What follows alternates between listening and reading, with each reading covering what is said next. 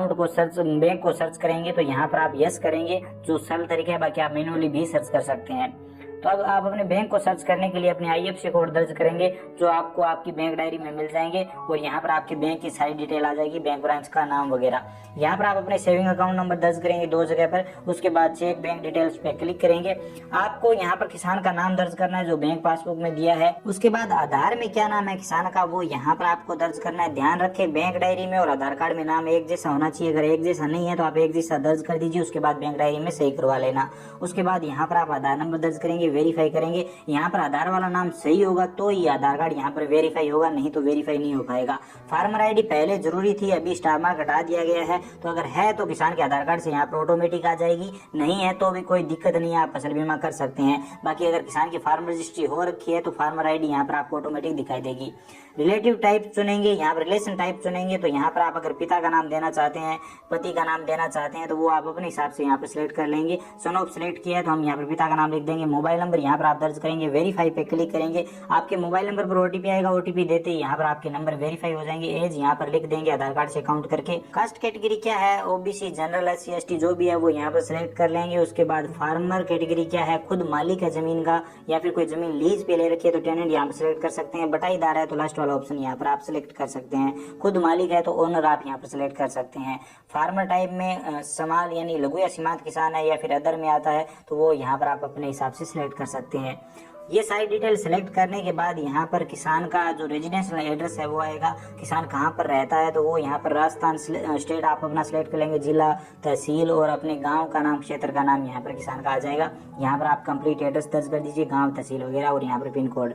उसके बाद nominee detail आती है। तो यहाँ पर किसान जिसको भी नॉमिनी बनाना चाहता है, नॉमिनी का नाम, एज, क्या संबंध है वो यहाँ पर son of, daughter of, wife of जो भी है वो सिलेक्ट कर लीजिए। उसके बाद यहाँ पर आप नॉमिनी का एड्रेस दर्ज कर सकते हैं। अगर आप नॉमिनी डिटेल नहीं देना चाहते तो भी कोई दिक्कत नहीं है, देना चाहते तो दे सकते हैं, नहीं तो चेकबॉक्स पे क्लिक करेंगे और आप इसे ऐसे छोड़ सकते हैं। उसके बाद सेव एंड कंटिन्यू पे क्लिक करेंगे। अब यहाँ पर वो जिला चुनेंगे जहाँ पर किसान की जमीन है, वो तहसील चुनेंगे। गिरदावर सर्कल चुनेंगे, ये आपको आपकी जमाबंदी में मिल जाएगा। उसके बाद यहाँ पर बंटवारा हल्का चुनेंगे, किस गाँव, किस क्षेत्र में, किस चक में जमीन है वो यहाँ पर आप सिलेक्ट कर लेंगे। जैसे हम यहाँ पर 3 RBM सिलेक्ट कर लेते हैं। 3 RBM की जितनी भी जमीनें हैं वो ऑफलाइन है, तो ऑफलाइन होगी तो यहाँ पर आपको जमीन को वेरीफाई नहीं करना होगा। ऑनलाइन कैसे करनी है वो भी बताऊंगा। अब यहाँ पर फसल बीमा करने के लिए अगर किसान मिक्स क्रॉपिंग करना चाहता है, मान लीजिए एक खसरा एक किले में एक से ज्यादा फसल किसान करना चाहता है, तो यहाँ पर मिक्स क्रॉपिंग वाले पे सही का टिक मार्क करेंगे।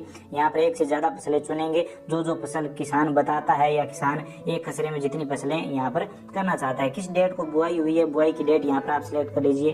तो चलिए हम यहाँ पर डेट सिलेक्ट कर लेते हैं कोई भी एक बार। उसके बाद जैसे ग्वार और मोट हमने 2 फसलें सिलेक्ट किया, तो ग्वार कितने % में है और मोट कितने % में, वो यहाँ पर आप अपने हिसाब से बताएंगे। हम 50-50 कर रहे हैं, आप 70-30 भी कर सकते हो, 80-20 भी कर सकते हो। इस हिसाब से आप अपने हिसाब से अनुपात बता सकते हो। यहाँ पर खसरा नंबर, प्लॉट नंबर, मुरबा नंबर दर्ज करेंगे। उसके बाद खाता नंबर दर्ज करेंगे। तो यहाँ पर वेरीफाई का ऑप्शन नहीं आ रहा है, तो यहाँ पर आपको किसान के हिस्से में जितनी भी जमीन है वो यहाँ पर आपको दर्ज कर देनी है इस खसरे में, तो वो यहाँ पर दर्ज करेंगे और ऐड पे क्लिक कर देंगे, जमीन ऐड हो जाएगी। तो ये तरीका है आपको मिक्स क्रॉपिंग करने का। चलिए मैं उदाहरण से यहाँ पर दर्ज करके दिखा देता हूँ। यहाँ पर आपको मैनुअली दर्ज करना होगा कि किसान के पास कितनी जमीन है, कितनी जमीन पर किसान ये दोनों फसलें कर रहा है, वो मैनुअली आपको दर्ज करना होगा। अगर ऑनलाइन होती ये जमीन तो यहाँ पर ऑटोमेटिक उठा ली जाती। तो इस तरह से आप ऐड कर देंगे ये जमीन। इसी तरह से अगर मान लीजिए किसान मिक्स क्रॉपिंग नहीं करना चाहता, एक ही फसल करना चाहता है एक खसरे में, तो यहाँ पर आप वो फसल चुनेंगे। यहाँ पर बिजाई की जो बुआई की डेट है वो सिलेक्ट करेंगे। खसरा नंबर यहाँ पर दर्ज करेंगे, प्लॉट नंबर, मुरबा नंबर, किला नंबर जो भी है वो यहाँ पर दर्ज करेंगे। उसके बाद खाता नंबर दर्ज करेंगे। ये सब आपको जमाबंदी में मिल जाएंगे। उसके बाद यहाँ पर कितनी जमीन है किसान के पास या कितनी जमीन में इस ग्वार की फसल की बुआई हो रखी है ग्वार की, तो वो यहाँ पर आप सिलेक्ट करेंगे। तो उसके बाद इस तरह से ऐड कर देंगे। अब मान लीजिए कोई जमीन ऑनलाइन है तो हम ऑनलाइन वाला जैसे सिलेक्ट करते हैं चक को या फिर गांव को, तो यहाँ पर वेरीफाई का ऑप्शन आ जाता है। जैसे ऑफलाइन में नहीं है, ऑनलाइन को देखिए यहाँ पर जैसे हम सिलेक्ट करते हैं तो यहाँ पर वेरीफाई का ऑप्शन आ जाएगा। यहाँ पर किसान उसी प्रकार से फसल सिलेक्ट करेगा जिस फसल का बीमा करना है।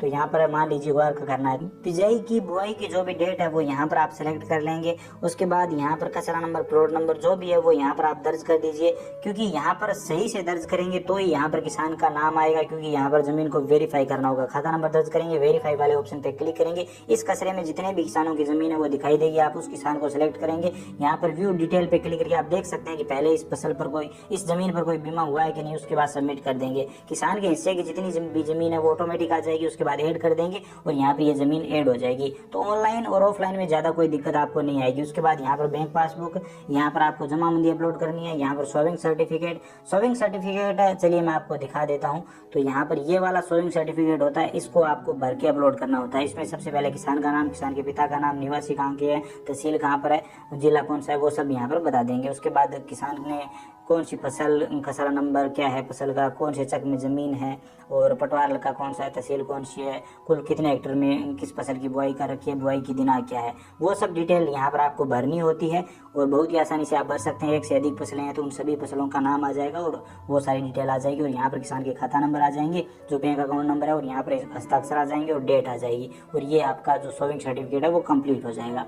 तो इस तरह से आपको ये सोविंग सर्टिफिकेट तैयार करना है। आप अपने हिसाब से भर के और यहाँ पर अपलोड कर दीजिए। टेनेंट सर्टिफिकेट में अगर किसी ने जमीन लीज पे ले रखी है तो जो स्टाम्प वगैरह है, जो लीज एग्रीमेंट है वो अपलोड होता है। नहीं तो ओनर है तो अपलोड करने की जरूरत नहीं है। प्रीव्यू पे क्लिक करेंगे डॉक्यूमेंट अपलोड करके और यहाँ पर पूरे फॉर्म को चेक कर लेंगे सही तरीके से, क्योंकि अभी तक आप एडिट कर सकते हैं। उसके बाद सबमिट पे क्लिक करेंगे।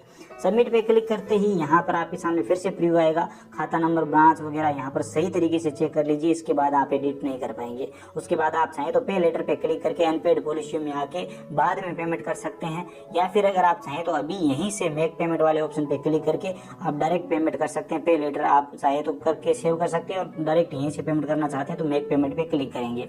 मेक पेमेंट पे क्लिक करते हैं यहाँ पर आपके वॉलेट आ जाएगा। तो यहाँ पर CSC पासवर्ड दर्ज करेंगे, वैलिडेट पे क्लिक करेंगे, वॉलेट पिन दर्ज करेंगे और यहाँ पर पेमेंट करेंगे। ध्यान रखें इतना पेमेंट जो यहाँ पर इस पॉलिसी का लग रहा है वो आपके वॉलेट में, CSC वॉलेट में ऑलरेडी होना चाहिए। तो नहीं है तो पहले आप वॉलेट में पैसे ऐड कर लीजिए, उसके बाद आप पॉलिसी करें। तो या फिर अनपेड में सेव करके और आप अपने वॉलेट में पैसे डाल लीजिए और उसके बाद यहाँ पर आप पेमेंट काट सकते हैं।